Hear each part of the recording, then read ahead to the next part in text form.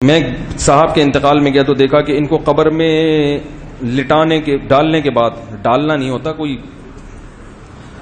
کیلے کے چھلکے تھوڑی ہیں جو ڈالے جا رہے ہیں اس میں، یا کوئی ایسی چیز ہے۔ میت کو قبر میں ڈالا نہیں جاتا، میت کو قبر میں رکھا جاتا ہے۔ قبر میں رکھنے کے بعد سب نے اپنی اپنی مٹھی مٹی ایک ٹرپ میں جمع کی، پتہ نہیں کیا لکھا ہوا ہے، ایک ٹوپی میں جمع کی اور اس کی قبر پہ ڈال دی، اور قبر بند کرنے کے بعد جو 3 مٹھی ڈالتے ہیں وہ نہیں ڈالی۔ قبر میں یاد رکھو یہ جو 3 مٹھی ڈالتے ہیں نا، منہا خلقناکم وفیہا نعیدکم، اس کا کوئی ثبوت نہیں ہے قرآن و حدیث سے۔